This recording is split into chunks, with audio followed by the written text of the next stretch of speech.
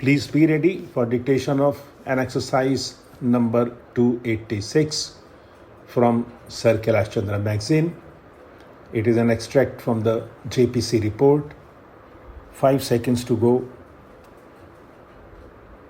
The scam is basically a deliberate and criminal misuse of public funds through various types of securities transactions with the aim of illegally siphoning of funds of banks and PSUs to select brokers for speculative returns.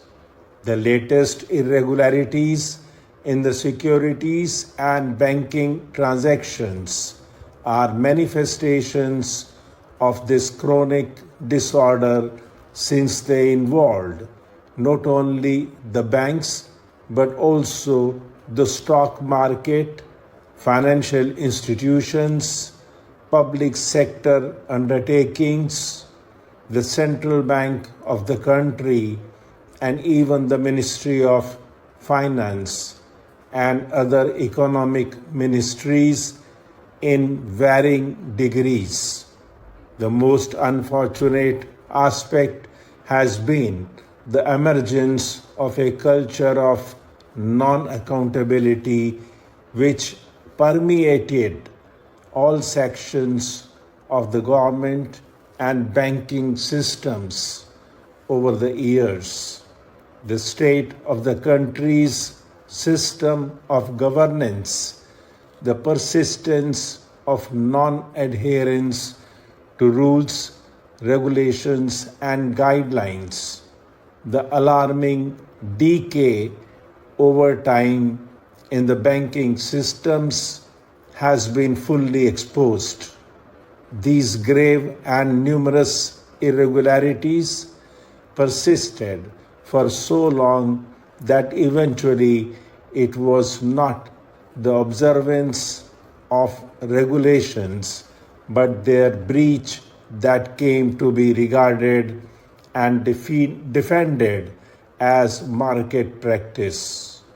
Through all these years, the ability of the concerned authorities to effectively address themselves to the problems has been tested and found wanting.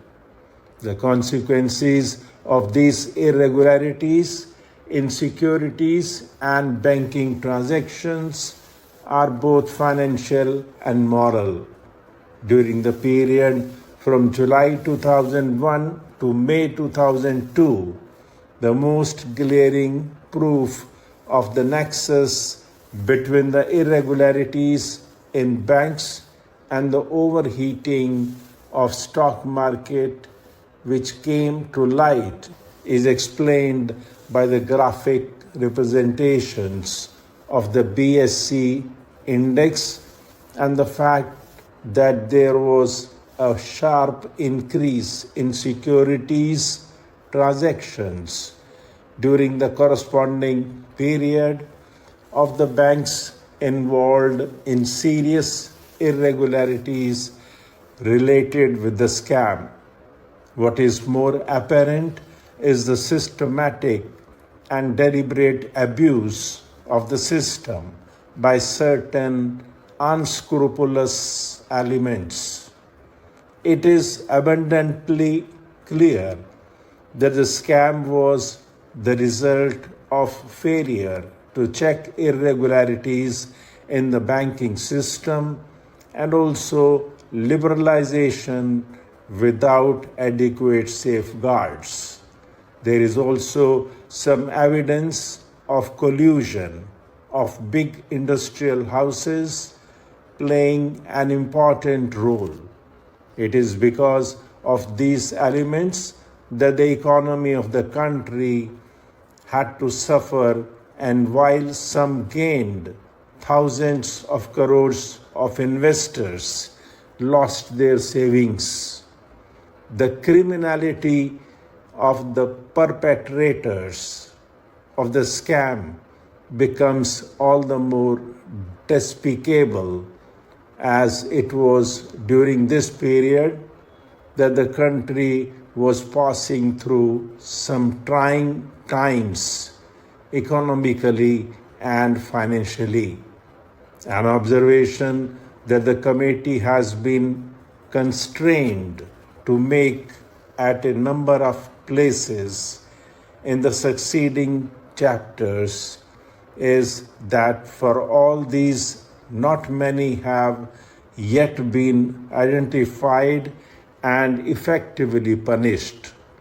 The second aspect about which the committee expresses its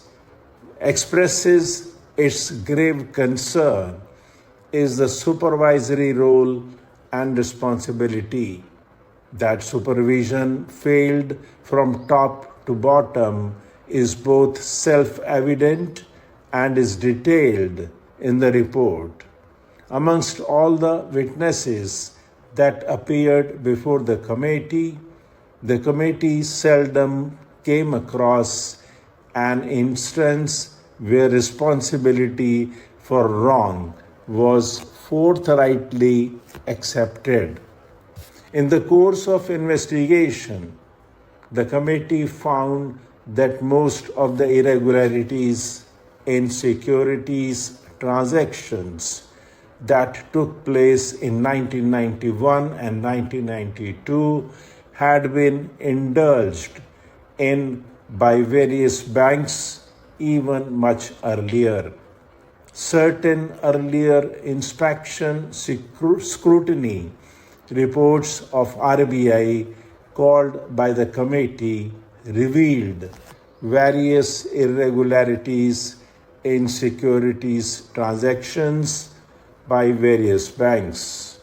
It is thus evident that many of the irregularities in securities transactions that took place in 1991 and 1992 had been building up since the mid-80s, if not earlier, and could have been minimized if the authorities concerned had heeded to the early warning signals. The RBI issued several circulars, including the one in July 1991, prohibiting these misdeeds, and yet everything that was sought to be prevented, in fact, accelerated and assumed uncontrolled dimensions. A broad analysis of the information obtained by the committee from various sources reveals that apart from a direct flow of funds to the stock market through sanction of authorized or unauthorized credit facilities to some brokers by some banks by way of overdraft and discounting of bills covering shares and debentures, there had been fraudulent manipulations of the investment portfolio in some banks, including their subsidiary financial companies, to divert the funds to certain brokers to fuel the unprecedented rise in share prices. On the question of exposure, there are varying figures. Janaki Raman Committee speaks of this as rupees 4,000 crores, whereas Central Bureau of Investigation have assessed these at rupees 8,000 crores on the basis of cases registered by them. In addition, the committee examined the figure provided by the Office of the Custodian, which assessed the amount on the basis of various claims and counterclaims preferred by various aggrieved parties. The committee are of the opinion that it is difficult to estimate the huge sums of money which were illegally utilized by various scamsters for their personal gains during this period, because the monies were repaid and the transactions completed.